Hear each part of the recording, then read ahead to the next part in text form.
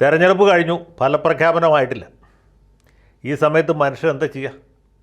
അല്പസ്വല്പം ഉല്ലാസമൊക്കെ ആഗ്രഹിക്കാത്ത ഒരു മനുഷ്യജീവി ലോകത്തുണ്ടാവില്ല. പക്ഷെ പലർക്കും അതിന് സമയം കിട്ടുകയില്ല, സന്ദർഭം ഉണ്ടാവുകയില്ല, അല്ലെങ്കിൽ സമ്പത്തും ഉണ്ടാവുകയില്ല. ഇതൊക്കെ ഉണ്ടായിട്ടും ഒരു സ്ഥലത്ത് പോകാൻ കഴിയാത്ത, ഒരു വിധത്തിൽ ഉല്ലസിക്കാൻ കഴിയാത്ത ഒരുപാട് മനുഷ്യർ നമ്മുടെ നാട്ടിലുണ്ട്. ഏതായാലും നമ്മുടെ മുഖ്യമന്ത്രി ആരി വിഭാഗത്തിൽപ്പെട്ട ആളല്ല. അദ്ദേഹം ഭരണചക്രം തിരിച്ച് കൈ തഴമ്പിച്ച ഒരു ദുരന്തരനാണ്. പുള്ളിയുടെ മരുമകൻ നമ്മുടെ ഭാവി മുഖ്യമന്ത്രി കൂടിയായിട്ടുള്ള വരുംകാലത്തെ കാരണഭൂതൻ എന്നറിയപ്പെടുന്ന മരാമത്ത് ടൂറിസം വകുപ്പ് മന്ത്രി മുഹമ്മദ് റിയാസും ആ വിഭാഗത്തിൽപ്പെട്ട ആളാണ്. റിയാസ് മുതലാളി ഇടയ്ക്കിടയ്ക്ക് പാരീസിലും ഹോങ്കോങ്ങിലും ഒക്കെ പോകുന്ന ആളാണ്. സമയം കിട്ടിയാൽ മക്കാവോയിലും പോകും എന്നാണ് ശത്രുക്കൾ പറയുന്നത്. സമയം കിട്ടാത്തതുകൊണ്ട് അങ്ങോട്ട് പോകാറില്ല. ഏതായാലും ഇവരെല്ലാവരും കൂടി ചേർന്ന് മുഖ്യമന്ത്രിയും ഭാര്യയും മകളും മരുമകനും മകളുടെ ആദ്യ വിവാഹത്തിലുള്ള കുട്ടിയും കൂടി ചേർന്ന് ഉല്ലാസയാത്രയ്ക്ക് വേണ്ടി കൊച്ചിയിൽ നിന്ന് ഇന്തോനേഷ്യക്ക് യാത്രയായി എന്നുള്ളതാണ് ഇപ്പോൾ ഏറ്റവും അവസാനം കിട്ടിയ വാർത്ത. ഇങ്ങനൊരു യാത്ര പോകുന്ന കാര്യം നേരത്തെ പരസ്യപ്പെടുത്തിയിരുന്നില്ല. കാരണം നേരത്തെ പരസ്യപ്പെടുത്തിയെങ്കിൽ പല വിധത്തിലും ചോദ്യങ്ങൾ ഉയർന്നില്ല. ഇപ്പോൾ തന്നെ കോൺഗ്രസ്സുകാർ ചോദ്യങ്ങൾ ഉയർത്തുന്നുണ്ട്. 2 ഘട്ടം തിരഞ്ഞെടുപ്പേ കഴിഞ്ഞുള്ളൂ, ഇനി 5 ഘട്ടം തിരഞ്ഞെടുപ്പ് ബാക്കിയുണ്ട്. അതായത് ബംഗാളിലും മഹാരാഷ്ട്രയിലും യു പിയിലും ഒക്കെയാണ്. കേരളത്തിലെ കഴിഞ്ഞു, തമിഴ്നാട്ടിലെ കഴിഞ്ഞു, കർണാടകത്തിലെ ഒരു ഘട്ടം കഴിഞ്ഞു, 2ാം ഘട്ടം ബാക്കിയിരിക്കും. ഇവിടെയൊക്കെ ഫാസിസത്തെയും സാമ്രാജ്യത്വത്തെയും പ്രതിരോധിക്കാൻ നിൽക്കാതെ കേരള മുഖ്യമന്ത്രി CPM-ൻ്റെ മുതിർന്ന നേതാവ്, ഫാസിസ്റ്റ് വിരുദ്ധ പോരാളി എന്ന് സ്വയം വിചാരിക്കുന്ന ബ്രണ്ണൻ കോളേജിൽ ഊരിപ്പിടിച്ച വാളുകൾക്കിടയിലൂടെ യാത്ര ചെയ്ത, അല്ലെങ്കിൽ ഒരു പ്രത്യേക ആക്ഷൻ കാണിച്ച് ഇപ്പോഴത്തെ KPCC പ്രസിഡൻറ്റിനെ നിർവീര്യനാക്കിയ ആ ധീര പോരാളി എന്തുകൊണ്ട് മറ്റ് സംസ്ഥാനങ്ങളിൽ തെരഞ്ഞെടുപ്പ് പ്രചരണത്തിന് പോകുന്നില്ല? അദ്ദേഹം എന്തുകൊണ്ട് ഫാസിസത്തെ പ്രതിരോധിക്കുന്ന ചുമതല ഇവിടെ ബാക്കി വെച്ച് ഇന്തോനേഷ്യയിലേക്ക് സർക്കിട്ട് അടിക്കുന്നു എന്നുള്ളതാണ് ചോദ്യം. ഒന്നാമത്തെ ഉത്തരം എന്താ വെച്ചാൽ, ഈ ഫാസിസത്തെ പ്രതിരോധിക്കൽ കേരളത്തിൽ മാത്രമേ ഉള്ളൂ. കേരളത്തിന് പുറത്തു പോയാൽ പിന്നെ ഈ ചുവന്ന കൊടി എന്ന് പറയുന്നത് ശരിക്കും പറഞ്ഞാൽ ഈ റെയിൽവേ സ്റ്റേഷനിൽ ഗാർഡിൻ്റെ കയ്യിൽ മാത്രമേ ഉള്ളൂ. അദ്ദേഹത്തിൻ്റെ കയ്യിൽ പച്ചക്കൊടിയുണ്ട്, ചുവന്ന കൊടിയുണ്ട്. തീവണ്ടി വരുമ്പോൾ അത് കാണിക്കും, അത്രേ ഉള്ളൂ. പിന്നെ ഇദ്ദേഹം വേറെ ഏതെങ്കിലും സംസ്ഥാനത്ത് പോയാൽ, പണ്ട് ബാലകൃഷ്ണപിള്ള സാറ് പറഞ്ഞ പോലെ വല്ല ട്രാഫിക് ഐലൻഡിൽ കയറിയത് പ്രസംഗിക്കേണ്ടി വരും. അല്ലെങ്കിൽ പണ്ട് പുള്ളി തന്നെ ടൈം സ്ക്വയറിൽ പ്രസംഗിച്ച പോലെ മടക്ക് കസേര ഇട്ട് സ്റ്റേജിൽ ഇരിക്കേണ്ടതായിട്ട് വരും. അവിടെ ഒന്നും ചെന്നാൽ പുള്ളി ഒരാളും ഗൗനിക്കില്ല. അവിടെ ഫാസിസത്തെ എതിർക്കാൻ വേറെ പാർട്ടിക്കാരുണ്ട്. അതുകൊണ്ട് പുള്ളിക്ക് അവിടെ യാതൊരു സ്വീകാര്യത ഉണ്ടാവില്ല. പണ്ടൊക്കെ ഈ പശ്ചിമ ബംഗാളിൽ പോകുമായിരുന്നു, ഇപ്പോൾ അവിടേക്ക് പോകാൻ പറ്റിയില്ല, നിവൃത്തിയില്ല. അവിടെ പിന്നെ കോൺഗ്രസ്സുകാരും CPM-കാരും തോളി കൈയിട്ട് നടന്നിട്ടാണ് പ്രചരണം നടത്തുന്നത്.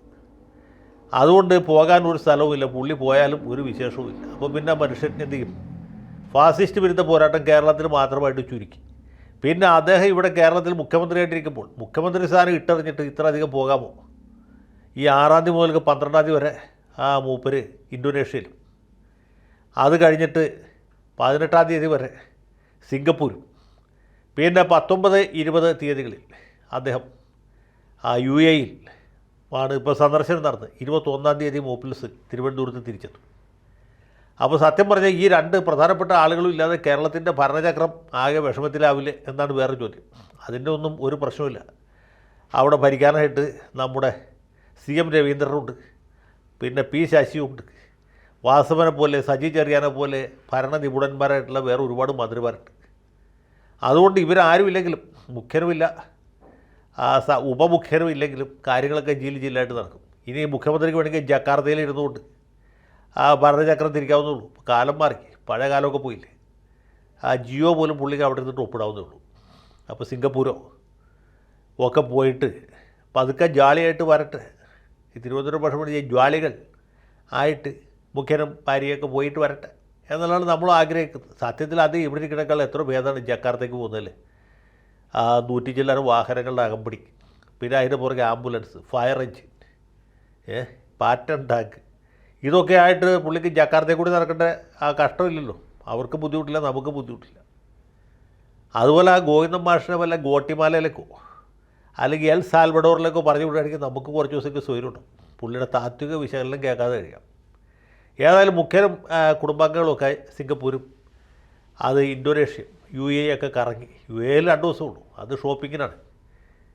പിന്നെ വല്ല മൂലധന ശക്തികൾ വരികയാണെങ്കിൽ അവരുമായിട്ട് വല്ല കച്ചവടം ഉണ്ടെങ്കിൽ പറഞ്ഞു ഉറപ്പിക്കുക, അതിന് സമയം കിട്ടും. അപ്പോൾ അതിന് വേണ്ടിയിട്ട് ഇദ്ദേഹവും കുടുംബാംഗങ്ങളും പോയിരിക്കുകയാണ്. അവർക്ക് എല്ലാ വിധത്തിലുള്ള സന്തോഷം നിറഞ്ഞ ഒഴിവുകാല ദിവസങ്ങൾ ആശംസിക്കുന്നു.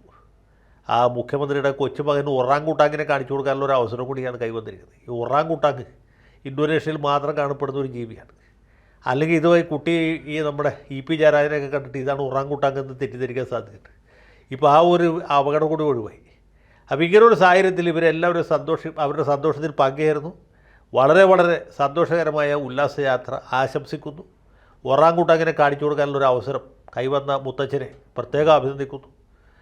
മന്ത്രി മുഹമ്മദ് റിയാസ് പോയി വരുമ്പോൾ ഒരു യാത്രാ വിവരണം എഴുതും എന്നാണ് എൻ്റെ പ്രതീക്ഷ. ഏതായാലും സിംഗപ്പൂരിലും ജക്കാർത്തയിലും അതുപോലെ അബുദാബിയിലുമുള്ള റോഡുകൾ കേരളത്തിലെ റോഡുകളോട് കിടപിടിക്കുന്നതാണോ എന്ന കാര്യത്തിൽ എനിക്ക് സംശയമുണ്ട്.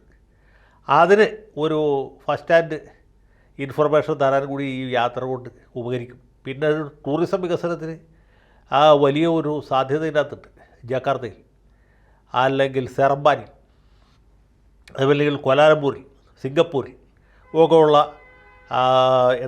അവിടേക്കുള്ള വിനോദയാത്രയ്ക്ക് അവസരം. പിന്നെ ഇന്തോനേഷ്യയിൽ നിന്ന് കേരളത്തിലേക്ക് വരുന്ന ടൂറിസ്റ്റുകൾ സിംഗപ്പൂരിൽ കണ്ട് ബോറടിച്ചവർക്ക് തിരുവനന്തപുരം അല്ലെങ്കിൽ കോഴിക്കോട് കാണാനുള്ളൊരു അവസരം ഉണ്ടാക്കി കൊടുക്കുക. ഇന്തോനേഷ്യ തമ്മിലുള്ള സ്നേഹബന്ധം സൗഹാർദ്ദം ശക്തിപ്പെടുത്തുക. പിന്നെ പണ്ഡിറ്റ് നെഹ്റു പണ്ടുപോയി പ്രസംഗിച്ച സ്ഥലമാണ് ബന്ധൂങ്. ബന്ധൂങ് ഈ ജക്കാർത്തയിൽ നിന്ന് അധികം ദൂരെയല്ല. അവിടെ പോയി പിണറായി സഖാവിന് വേണമെങ്കിൽ ഒരു സ്റ്റേജ് കെട്ടി അവിടെ പ്രസംഗിക്കാനുള്ളൊരു അവസരം കൂടി ഉണ്ടാക്കി കൊടുത്താൽ നന്നായിരിക്കും. ഇന്തോനേഷ്യയിൽ ധാരാളം മലയാളികളുണ്ട് എന്നാണ് ഞാൻ മനസ്സിലാക്കുന്നത്. അവരാരെങ്കിലും മുൻകൈ എടുത്ത് ബന്ധൂങ്ങിൽ നമ്മുടെ മുഖ്യന് പ്രസംഗിക്കാനുള്ളൊരു അവസരം ഉണ്ടാക്കി കൊടുക്കും എന്ന പ്രതീക്ഷയോടെ തൽക്കാലം അവസാനിപ്പിക്കുകയാണ്. ഉല്ലാസയാത്ര ഗംഭീരമാകട്ടെ. ഖജനാവിൽ നിന്ന് പൈസ ഒന്നും എടുക്കുന്നില്ല എന്നറിഞ്ഞു, അതിൽ സങ്കടമുണ്ട്. അങ്ങനെ ചെയ്യാൻ പാടില്ല. നമ്മുടെ ഖജനാവിൽ ഇഷ്ടംപോലെ കാശ് എടുക്കുന്നില്ലേ നമ്മുടെ മുഖ്യമന്ത്രിയുടെ സ്വന്തം ഭാര്യ, പിന്നെ സ്വന്തം മകൾ, സ്വന്തം മരുമകൻ, സ്വന്തം ചെറുമകൻ, ഇവർക്ക് വേണ്ടിയിട്ട് ഖജനാവിൽ കാശില്ലെങ്കിൽ പോലും നമ്മൾ കാശ് ഉണ്ടാക്കി കൊടുക്കണം. അതിനുവേണ്ടി അല്ലെങ്കിൽ DYFIക്കാർ ബക്കറ്റ് പിരിവ് നടത്തേണ്ടി വരും. ഏതായാലും മുഖ്യന് എല്ലാ ആശംസകളും നേരുന്നു.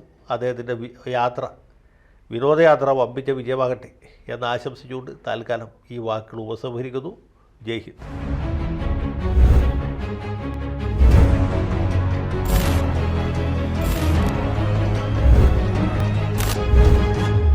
കൂടുതൽ വാർത്തകളും വിശേഷങ്ങളും നിങ്ങളിലേക്ക് എത്താൻ ABC മലയാളം സബ്സ്ക്രൈബ് ചെയ്യുക, ബെൽ ബട്ടണും അമർത്തുക.